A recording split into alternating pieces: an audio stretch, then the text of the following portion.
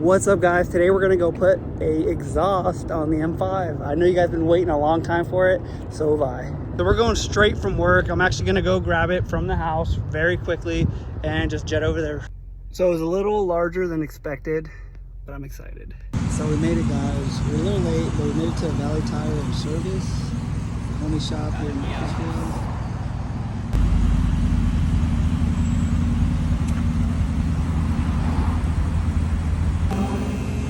Here's the setup right now. So it's stock muffler and stock motor.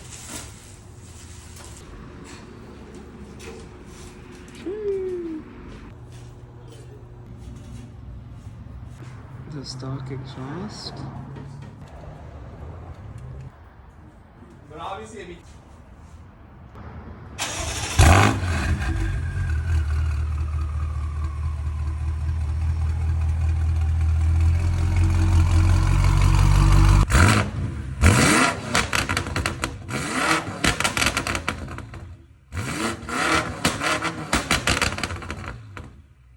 Okay, so let's do in-cabin sound and efficient.